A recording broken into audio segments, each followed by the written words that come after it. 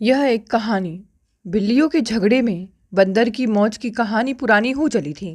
सब बच्चे उब चुके थे इसे सुन सुनकर, खासकर घर की बेटियां जिन्हें कहानी की बिल्लियां समझ लिया जाता था, वह बुरी तरह झल्ला उठती थी।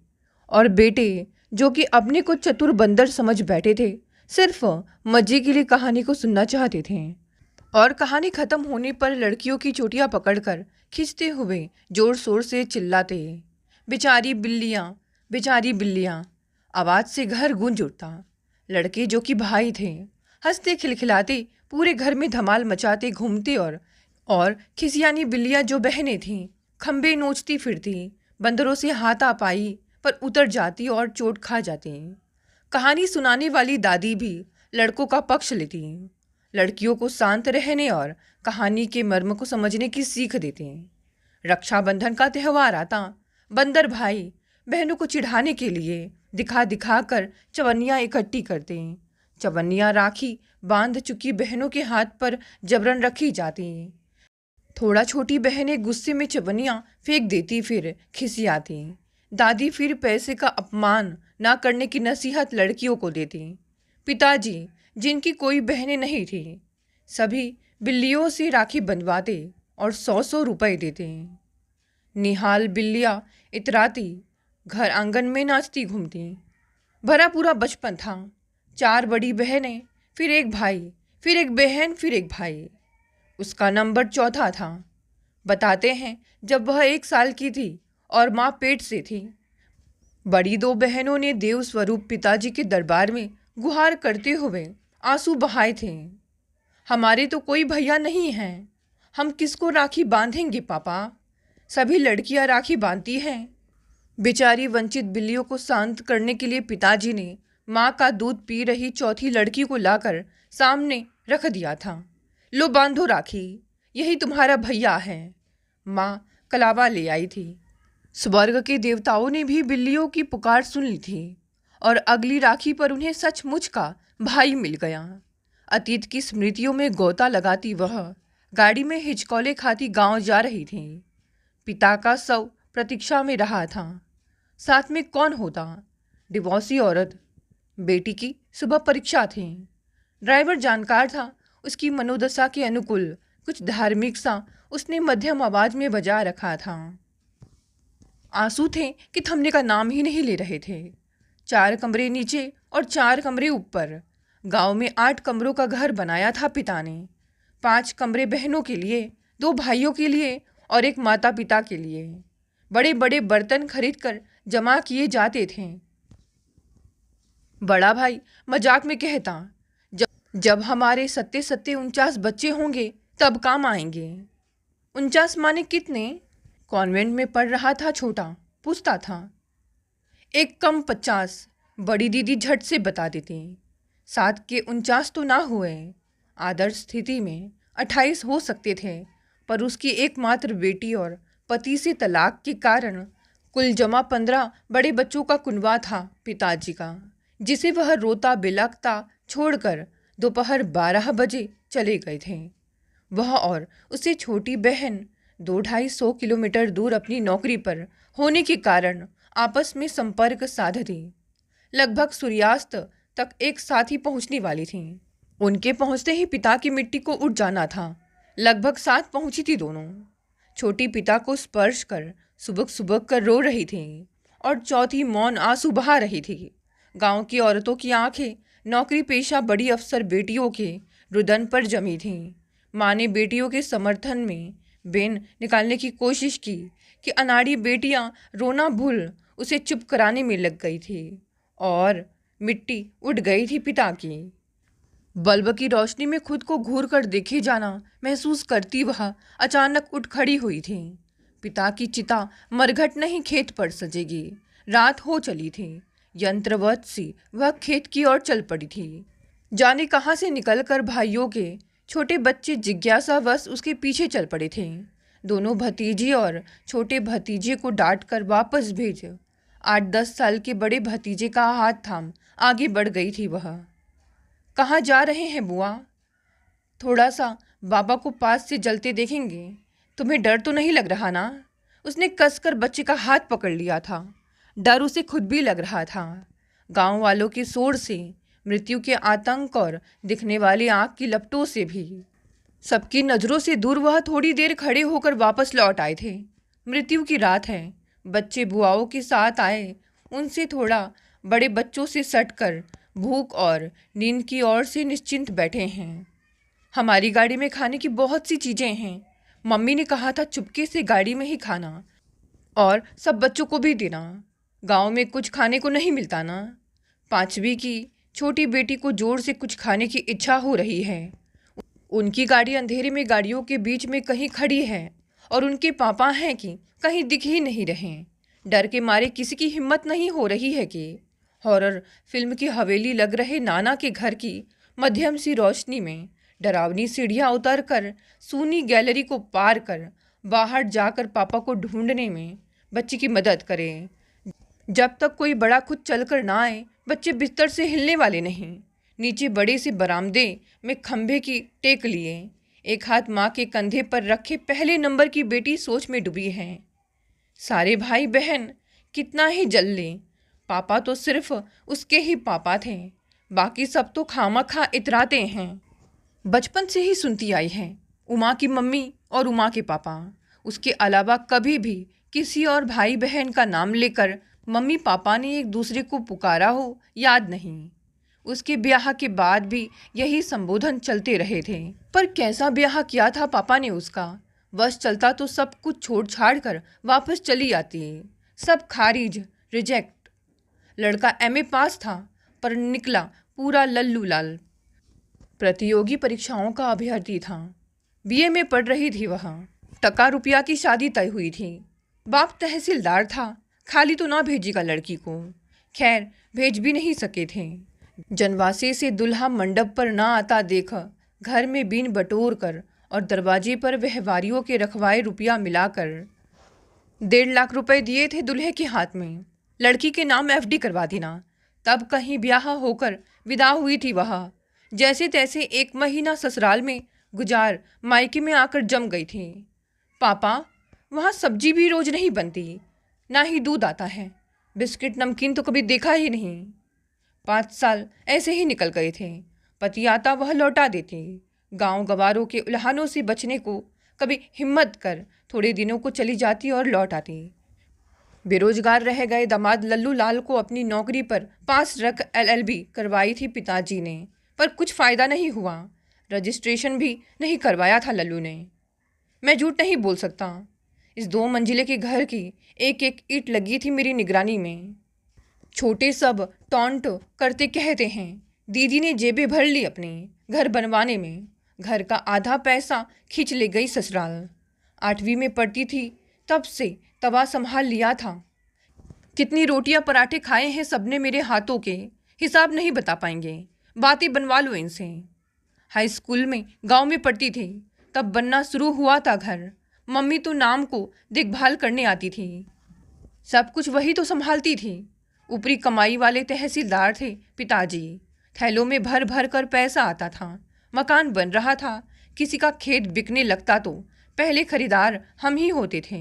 गांव के सेठ को भी पीछे छोड़ दिया था हमने। भाई छोटे थे।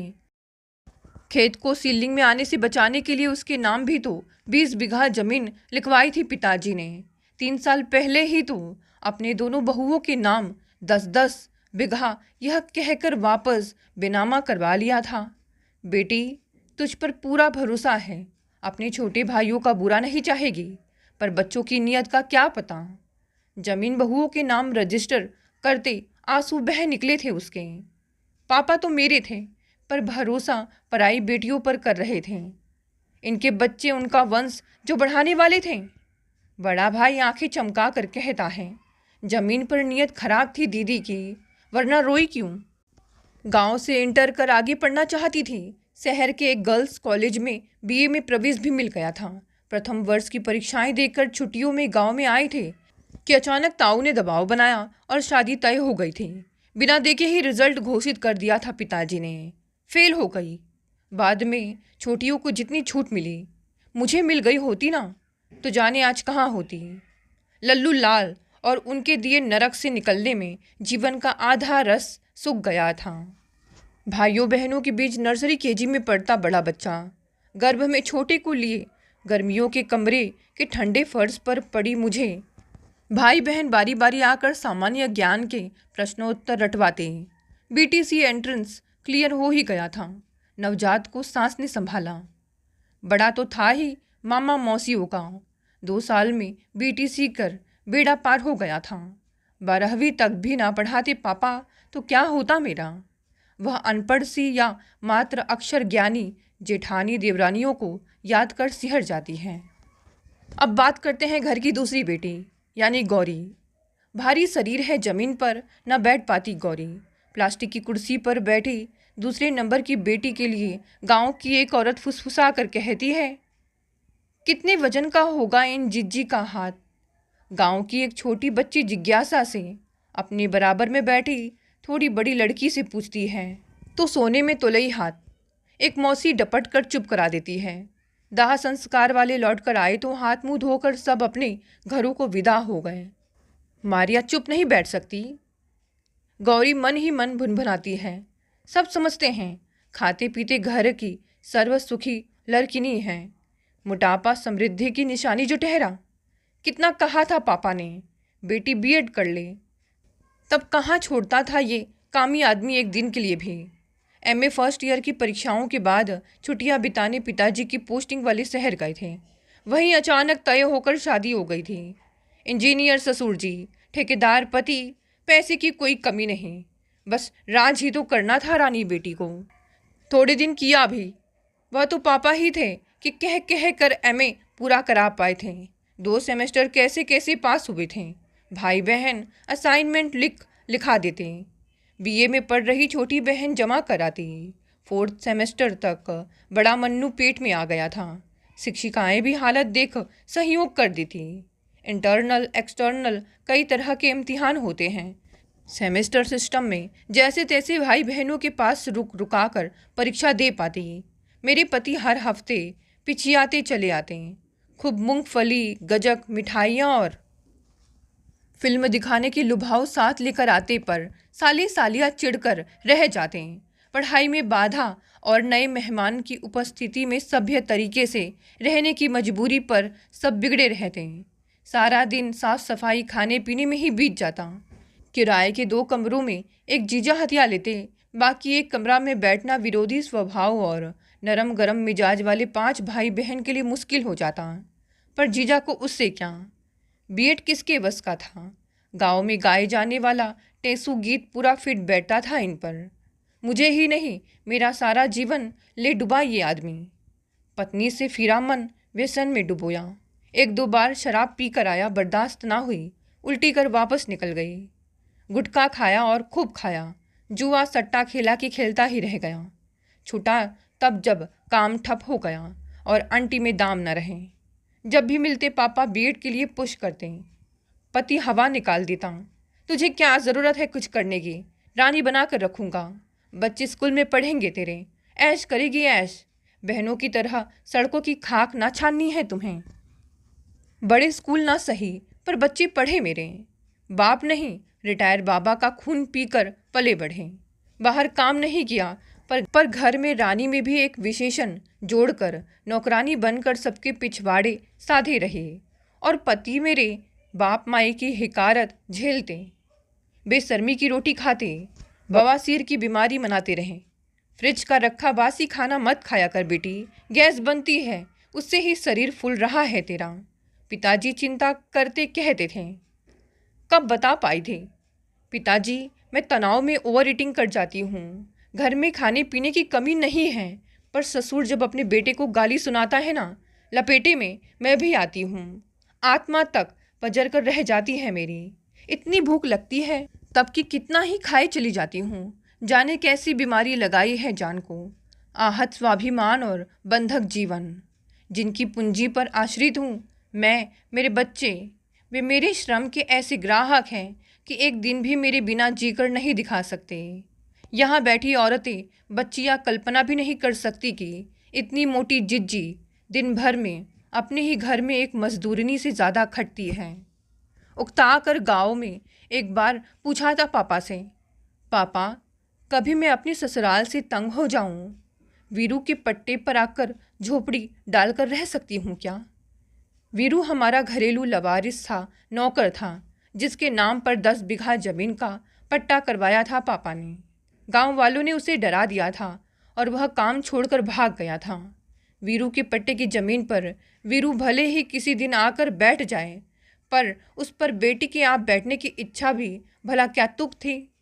उसके प्रश्न का जवाब नहीं दे सके थे पापा। बीत गया जीवन गुलामी में, समर्थ हो गए बच्चे। काश मैंने समय रहते ही अपनी शिक्षा का कुछ मूल्य समझ बूझ लिया होता। व्यर्थ गया सब पढ़ना लिखना। अब तो पढ़ा लिखा भी था, कुछ याद नहीं आता। अब बात हो रही है घर की तीसरी बेटी। तीखी कटीली सलोनी, तीसरे नंबर की बेटी, आंखें झपक गई है या दर्द से मूंदे हैं। माँ की परछाई से उससे सटी पीछे की ओर दीवार से टिकी बैठी है। पापा मुझे और नहीं पढ़ना, शादी करवा दो मेरी, किताबें देखकर उल्टी आती है मुझे, ऐसा बिंदास कह दिया था पिताजी को। दोनों बड़ी बहनें विश्वास नहीं कर पाती। मुझसे नहीं संभलेंगे घर बाहर दोनों। मेरे तो कॉलेज में भी भूख और थकान से कान के ढक्कन बंद हो जाते हैं। पिताजी के जोर देने पर बीएड कर लिया था, एमए भी घसीट कर हो गया था। अब और कुछ नहीं। माँ के पास गांव रहने चली आई थी वह। छोटी चौथे नंबर की बहन से उसकी बिल्कुल नहीं पटती थी। कामचोर, रात भर किताबें लिए बैठी रहती है और सुबह कॉलेज ना जाना हो तो 10 बजे तक सोई पड़ी रहती थी। सुबह 7 बजे उठकर दोनों कमरों में झाड़ू पोछा, रसोई में बर्तन साफ कर, नहा धोकर इंतजार में बैठी रहती थी कब उठे और खाना बनाए। महारानी उठकर चाय बनाकर सामने धर देती है और अखबार लेकर बैठ जाती है। पेट में पड़ी जलन चाय से और भी बढ़ जाती है। भूख से रोना आता, पर गर्मी में खाना बनाना उसके बस की बात ना होती। माँ बताती थी बचपन में बंदर ने काट लिया था, इंजेक्शन लगे थे पेट में, शायद इसीलिए गर्मी बर्दाश्त नहीं कर पाती। सुबह से उठकर अपने लिए काम की दुहाई देती, पर बहन के कान पर जू ना रेंगती, वह उल्टा उसे ही घुड़क देती। पिछले जन्म में काम वाली बाई थी क्या? कभी रात की बची बासी रोटियां टूंग लेती, कभी आंसू बहाती, गरियाती, श्राप देती दोनों बहनों को। पर वो दोनों थी कि बनाती भी तो पूरी पराठा या कुछ मीठा बनाकर रख देती। दाल चावल रोटी सब्जी उनके मेन्यू में कभी कभी ही होती थी और उसे तले भुने और मीठे से नफरत थी। जीवन में कड़वा सच कहने और स्वीकारने की अभ्यस्त वह हर तरह से हार कर आगे ना कुछ करने की मन में ठान कर ब्याह के लिए गांव आ गई थी। बड़ी खुशी खुशी माँ बेटी का जीवन चल पड़ा था। ब्याह के लिए घर आकर बैठ गई बेटी के लिए रिश्ता ढूंढना टेढ़ी खीर हो गया था पिताजी के लिए। एमए बेटी के लिए योग्य वर ढूंढे नहीं मिल रहा था, बात बनते बनते बिगड़ जाती। इस बीच गांव में सस्ते फीस पर स्कूल चला लिया था सलोनी ने। गांव भर के बच्चे बच्चियां कूट पीट कर, झोटा खिंचवा कर पढ़ना लिखना और साफ सुथरा रहना सीखें। बच्चियां दुआएं मांगती, राम करे सलोनी जीजी का कभी ब्याह ना हो, वह ससुराल चली गई तो हमें कौन पढ़ाएगा। पता चलने पर खूब गुस्साई थी सलोनी। लो जी, होम करते हाथ जले, मैं इन कमबख्तों का जीवन बना रही हूँ और यह मुझे बद्दुआएं दे रही हैं। बच्चियों की दुआएं राम जी ने कबूल नहीं की थीं और सलोनी जीजी को ब्याह कर जीजू वापस शहर ले गए थे। कच्ची कच्ची सी वकालत थी पति की, किसी दिन 1000 कमा लाते तो किसी दिन 500, कभी कुछ भी नहीं। माँ बाप बचपन में गुजर चुके थे। बड़े भाई की पत्नी ने विवाह के बाद हाथ जोड़ लिए। मकान किराए का, सब सामान दहेज का, फिर भी चलाना भारी पड़ता घर। अपने घर वालों के सामने मेरी आर्थिक स्थिति के लिए कभी शर्मिंदा ना करना, वकील साहब ने आग्रह किया था। कम बजट में मोहब्बत की गृहस्थी चल पड़ी थी, पर इस बीच में बच्चू टपक पड़ा, खर्च बढ़ गए। बड़े ऑपरेशन से डिलीवरी, कर्ज भी चढ़ गया। पढ़ाई में कमज़ोर रहे पति उसे पढ़ने के लिए प्रेरित करते, बच्चे और घर के सब काम साथ लेते। वह प्रतियोगी परीक्षाओं की तैयारी करती। माध्यमिक विद्यालय में टीचर हो गई थी। दिन बदल गए थे। गरीबी के दिनों की ससुराली कलंक कथाओं वाले दिन अब वह याद भी नहीं करना चाहती। पापा पढ़ाई पर इतना जोर ना देते तो क्या बनता हमारे जीवन का, कैसे पलते हमारे बच्चे। वह पिता के प्रति श्रद्धा से भर उठती है। इस लड़की ने कभी घर का काम नहीं साधा। अब बात करते हैं घर की चौथी बेटी की। इस लड़की ने कभी घर का कोई काम नहीं साधा। चौथी बेटी को इंगित कर माँ गांव की औरतों को बताती। पिता भी उसके निकम्मेपन को जानते थे। पिता का चश्मा ढूंढ देना, एक गिलास पानी दे देना भी उसके लिए काम होता था। हम क्या इनके नौकर हैं जो कमीज प्रेस करें? एक दिन कहती सुन लिया था पिताजी ने। हाँ, हम तुम्हारे नौकर हैं जो कमा कमा कर खिलाएं। थप्पड़ भी पड़ा था गाल पर। बात समझ में आ गई थी। काम करना नहीं, कमाना बड़ी बात है। जो कमा कर खिलाता है धड़ल्ले से काम भी लेता है। नहीं लेता तब भी ले सकने की सामर्थ्य तो रखता ही है। पढ़ने से कुछ नहीं होने वाला, अपनी रोटी कमाना है। लिटरेचर में रमने वाले मन को खींचकर कानून की पढ़ाई में लगा दिया था। कोर्ट में तिल भर जगह ना मिलेगी पैर रखने को। चली है कानून पढ़ने, टीचर बनूं, चिढ़कर कहा था पिता ने। कानून पढ़कर टीचिंग में जा सकते थे, पर पिताजी की चिंता ब्याह को लेकर थी। वकील लड़की से कौन करेगा विवाह? पिताजी पंच मारना चाहते थे पर चुप रह गए थे। रिटायर हो चुके थे। जमा पूंजी के रूप में खेत थे जिन्हें बेच भी नहीं सकते थे। पेंशन से छोटे 3 बच्चों की पढ़ाई भी चलवानी थी उन्हें। चौथी बेटी रूबी डिग्री पूरी कर जमाने भर की खाक छानी। कोर्ट में भले ही पैर रखने को तिल भर जगह ही मिली थी, पर मिली शहर के नामी वकील के चैम्बर में थी। 1-1.5 दर्जन वकालत के नए खिलाड़ी उनके चैम्बर में जमे रहते। कुछ जुडिशियल सर्विस की तैयारी में जुटे आशावान तो कुछ थके हारे खिलाड़ी क्लाइंट की नज़र और जुगाड़ में जमे रहते। अपने केसों की पैरवी के हिसाब से सिंह साहब सबके हाथ में कुछ न कुछ रकम 15 दिन महीने में रख ही देते थे। थोड़े ही दिनों में उनके दिल का पूरा एक चैम्बर अपने नाम बुक करा लिया था उसने। लगा था शादी टूट कर बिखर जाएगी। सहपाठी से प्यार और उसके घर वालों के खिलाफ जाकर कोर्ट मैरिज की थी उसने। साथ ही वकील पति के सामने भी खुलेआम मजाक में कह देते थे। सिंह साहब का दिल रूबी की मुट्ठी में धड़कता है। वह सिंह साहब के आभा मंडल, गंभीरता और ज्ञान पर फिदा हो गई थी, तो सिंह साहब उसकी सोखी और कुछ भी गलत बर्दाश्त न कर सकने वाली गर्म मिजाजी पर। सिंह को हमेशा सिहनी से आंख मिलाने में मजा आता है। राह में पड़ी गिदड़ियों की तरफ आंख उठाकर भी नहीं दिखता है, कहते थे सिंह साहब। और सिहनी को रूबी सुख सुविधाओं का उपभोग करती है, ठाठ से रहती है। साल में 2 बार दुबई शॉपिंग करने चली जाती है पत्नी मेरी। उसका अपना आपा तो काबू में नहीं था, पर उसके वाचाल प्रेम को पति का चुपचाप बर्दाश्त कर जाना गहरे छिल गया था उसे। किस मिट्टी के बने हो आप? मन में सोचती। जब वह उसे घूर कर देखती तो वह अपने आप में सिमट जाता। क्या सच में कभी इस आदमी ने प्यार किया था मुझसे? वह अपने आप से पूछती। जिस दिन सिंह साहब ने पहली बार एकांत में छुआ था उसे, बेतहाशा याद आए थे पिताजी। बेटियों के लिए शिक्षा और बेटों के लिए ज़मीन खरीदी आपने। समय बदल गया है अब। शिक्षा रोजगारी की गारंटी नहीं देती पिताजी। 3 साल उसने और पति ने जुडिशरी के लिए दिन रात एक कर दिए, पर एपीओ तक में सिलेक्ट नहीं हो पाए थे। रास्ता क्या था? फ्रस्ट्रेट होकर मर जाएं। लेकिन मछली को तैरना था, जीना था, सरवाइव करना था। सिंह साहब की बाहों का जल था कि बरबस पास बुला लेता था। रूबी का मृत पिता के देह पर हाथ रखते मन कांप गया था। क्या यह हाथ पिता को स्पर्श करने योग्य है? खुद से ही पूछा था। ऐसी ऊंचाइयों को नापने की शिक्षा तो नहीं चाहिए होगी पिता ने उसके लिए। रूबी मन ही मन पछताती कि काश सब कुछ संभाल पाती। आपसी सहमति से डिवोर्स हुआ था उसका सिंह साहब के साथ। जाते जाते भी पति से वादा लिया था उसने, मेरे घर वालों को कुछ नहीं बताओगे। 5वीं बेटी ने चौथी से भी एक कदम आगे बढ़कर पुलिस सर्विस को चुन लिया था। ब्याह लो भैया इन अफसर बेटियों को, चाचा मजाक उड़ाते व्यंग में कहते। बिटिया थी कि उड़न खटोलों पर सवार, कुछ भी सुनने को तैयार नहीं थी। ट्रेनिंग में इश्क और इश्क में शादी, वह भी अरेंज मैरिज की तरह। कार सहित सारा सामान दिया था तहसीलदार साहब ने। रूबी और नौकरी में आ गए बड़े भाई ने सहयोग दिया था।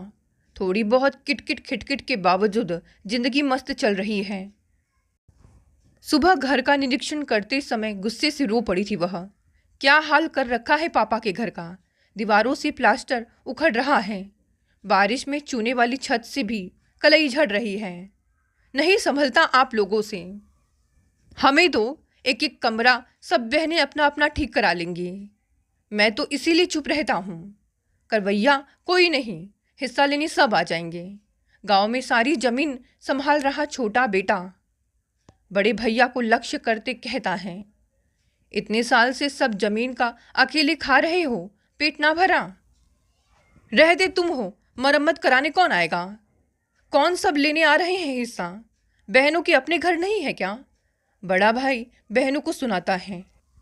रूबी का ध्यान छोटे की भाषा और बोलने के लहजे पर गया था। यह पापा का वह लाडला बच्चा था जिसे कॉन्वेंट स्कूल में पढ़ने का अवसर मिला था। एमएससी फर्स्ट क्लास कृषि। गांव में पापा की बनाई जमीन पर वैज्ञानिक खेती के सपने लेकर आया था। सब ध्वस्त हो गए, पर क्यों। कभी जानने समझने का वक्त ही नहीं मिला अपनी व्यस्तता में। ना बनाई होती पापा ने ये प्रॉपर्टी, तब क्या पता आज ये किसी कृषि विश्वविद्यालय में प्रोफेसर बना, विद्यार्थियों को गाइड करता, अंग्रेजी झाड़ रहा होता। एक दिन बिल्कुल ग्रामीण बन चुके छोटे भाई और उसके बच्चों के भविष्य के लिए सोचते हुए रूबी ने बड़े को घेरते हुए कहा, बताओ गौरी दीदी, किस खेत पर झोपड़ी डलवानी है आपकी। तीर निशाने पर पहुंचा था। पापा की आत्मा को अब ऐसे कष्ट दिए जाएंगे, बड़े भैया ने गुस्से से पूछा था। अपने लड़कों की जड़ें मजबूत करने के चक्कर में उल्टे पिल्टे ब्याह कर जो आप लोग बेटियों को तिलांजलि दे देते हो, उनकी आत्मा जीते जी कितने कष्ट उठाती है, कभी सोचा है। सलोनी का भोगा कड़वा सच 7 तहों से निकलकर बाहर आ गया था। पापा की अपनी अर्जित संपत्ति है सब। वसीयत कर जाते तब क्या ले लेती आप लोग। हाँ, छोटा भाई पापा की चुक्की और ध्यान खींचता है। हम ना ले पाती, पर अपनी बेटियों से कैसे बचाते। आपकी अर्जित संपत्ति तो नहीं है यह, सबकी वसीयत कर जाओगे। रूबी हंसकर पूछती है। हमारी बेटियां ना काटेंगी अपने भाइयों का गला। सबको पढ़ाया लिखाया और ब्याह किया पिताजी ने। उनकी वजह से आज बड़ी बड़ी तनख्वाह ले रही हो, भूल गई। पढ़ाया लिखाया तो तुम्हें भी भैया और हमें भी। बेटियों के ब्याह किए टके रुपए के, मेरा तो वह भी नहीं। और तुम भाइयों के विवाह में परात भर भर के रुपए आए थे, ये भूल गए क्या तुम लोग। दहेज विरोधी भी आप लोग सिर्फ लड़कियों को देने के लिए होते हो, लेने के लिए नहीं। अब पापा नहीं है तो कुछ भी कहोगी आप। कुछ जानती भी हो कैसे हुए थे हमारे विवाह। कुछ जानती भी हो कैसे हुए थे हमारे विवाह। बीमार पापा मम्मी की सेवा, बीमारी के खर्चे, तब कहाँ थी बेटियाँ। कैसे हुआ वह सब। आप तो एक रात को आती थी, वह भी कभी कभी। बहनों से मदद तब मांगी जब बस की बात नहीं रही। भाई रुआसा हो गया। पापा मम्मी आप लोगों के आश्रित तो नहीं थे, पेंशन आती थी ना उनकी। जरूरी कर्मकांड के साथ गांव वालों की मर्जी के मुताबिक 13वीं की तैयारियां शुरू हो गई थी। बड़ा नौकरी वाला भाई खाली हाथ था, टुकुर टुकुर दिखता है। पापा की बीमारी ने खाली कर दिया। छोटा किसान भी सारा अनाज बेचकर इलाज को पैसे दे आया था। पापा 1 महीना एडमिट रहे थे हॉस्पिटल में। पार की बड़ी बहन तो देखते ही कह गई थी, पापा में कुछ ना बचा, फिजूल पैसा फूक रहे हैं। मतलब साफ था कि फिजूल पैसा फुकवाने में उनकी कोई रुचि नहीं। फिर भी किसी बहन ने कुछ कम और किसी ने कुछ जरा ज़्यादा योगदान दिया था पापा के इलाज में। सब कुछ ठीक से हुआ था पापा का। वह ठीक होकर भी घर आ गए थे। 1 महीना भी पूरा नहीं हुआ था कि घर में ही हृदय गति रुकने से अचानक विदा हो गए थे। 13वीं तक गांव में ही रुक गई थी सभी बहनें। 5वीं को अपने समृद्ध रिश्तेदारों के आने और घर की दुर्दशा को देख देख कर रोना आ रहा है। कैसा अच्छा हुआ करता था यह घर, कितना संवार कर रखते थे हम। सलोनी दीदी के ब्याह में मनपसंद महंगे कपड़े लेने के लिए अपने हाथों से घर की अंदर की पुताई की थी उसने और रूबी ने। रूबी ने भी सिंह साहब को फ़ोन कर दिया था और 13वीं का कार्ड भी व्हाट्सएप जानती थी और लोग भी जरूर आएंगे। घर के बाहरी हिस्सों और बरामदे की रंगाई पुताई कर दी गई थी। एक ही गाड़ी से साथ आए थे सिंह साहब और बेटी श्रेया को भी साथ ले आए थे। पंगत खत्म होते होते 5 बज गए थे। 16 गांव का झरा आदमी आया था जिम ने। पगड़ी बनने की तैयारी हो रही थी। पंडित आवाज देता है, बड़े पुत्र को बुलाओ। खिन बैठा बड़ा इशारे से छोटे भाई को बुलाकर कहता है, तू बंधवा ले। हाँ भाई बंधवा ले, पगड़ी तो किसान के सिर पर ही जचती है ना। रूबी हंसकर कहती है। अनमन पगड़ी बंधवा कर लौटा छोटा सभी बहनों के पैर छूने को झुकता है और अचानक पगड़ी उतार कर रूबी के पैरों में रख देता है। संभालो दीदी, मुझसे ना संभलेगी पापा की पगड़ी। सब कुछ तुम दोनों को ही संभालना है बेटा। फिलहाल छोटे, तुम्हारी कोई निश्चित आमदनी तो है नहीं। जब तक तुम्हारे बच्चे पढ़ लिख नहीं जाते खेत नहीं बटेंगे। माँ के पास अपनी पेंशन होगी ही। बड़ी दीदी अचानक बोल पड़ी थी। जानता था ये सब तमाशा सिर्फ मेरा हक मारने के लिए ही किया जा रहा है। बड़े भाई का आधा हिस्सा खाकर सुखी हो जाएगा ये। बात सुखी होने की नहीं है, ज़रूरत की है। सबका अपना अपना कर्म और नसीब है दीदी। गरीब है तो क्या किसी का नसीब ले लेगा? ये तुम्हारी नहीं, हर पूंजी वाले की भाषा है। फिर क्यों चाहिए? एक मेरा हिस्सा छोड़ देने मात्र से हो जाएगा इसका भला? इतना ही दर्द है तो दे दे सब बहनें अपनी तनख्वाह से। अपना हिस्सा छोड़ने को कौन कह रहा है? ले लो, कोई ना दे तो कोर्ट कचहरी से लड़ कर ले लो। ये अपनी कपट जाल किसी और पर बिछाना बहना, मुझे इसके जाल में ना फंसाना। ना फंसो कपट जाल में, थोड़े दिन थमे रहो। तुम्हारी तो नौकरी है। देखो उसके भी बच्चे ठीक से पढ़ लिख जाए तब ले लेना आधा हिस्सा। अब वह बेचारी बिल्लियाँ नहीं थी। बंदर घुड़की दे रही थी, आंख दिखा रही थी, फैसले कर रही थी। कोर्ट के फैसले की आड़ में बड़े भाई के हिस्से की थोड़ी रोटी छीनकर ज़रूरतमंद भाई को देने की कवायद कर रही थी। अपनी मेहनत से कमाई रोटी का स्वाद उनकी जबान पर पक्का जो चढ़ गया था। अचानक दादी की कहानी के किरदारों की भूमिकाएं बदल गई थीं।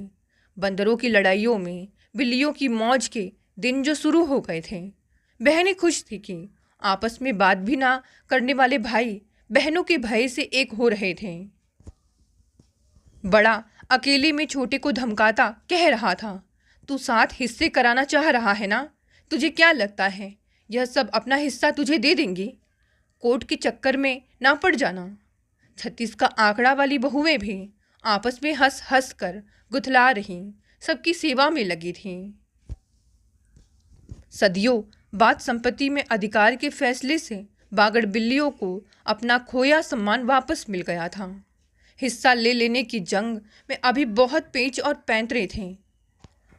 हमारे घर का कोई बच्चा वांछित शिक्षा और कुछ कर गुजरने की संभावना से वंचित ना रह जाए भैया, यही पापा को सच्ची श्रद्धांजलि होगी। दोस्तों, ये कहानी यही समाप्त हो गई। कहानी पसंद आई तो इसे लाइक, शेयर और कमेंट करें। नए हैं तो चैनल को भी सब्सक्राइब कर लें। धन्यवाद दोस्तों, मिलते हैं कल एक नई कहानी से।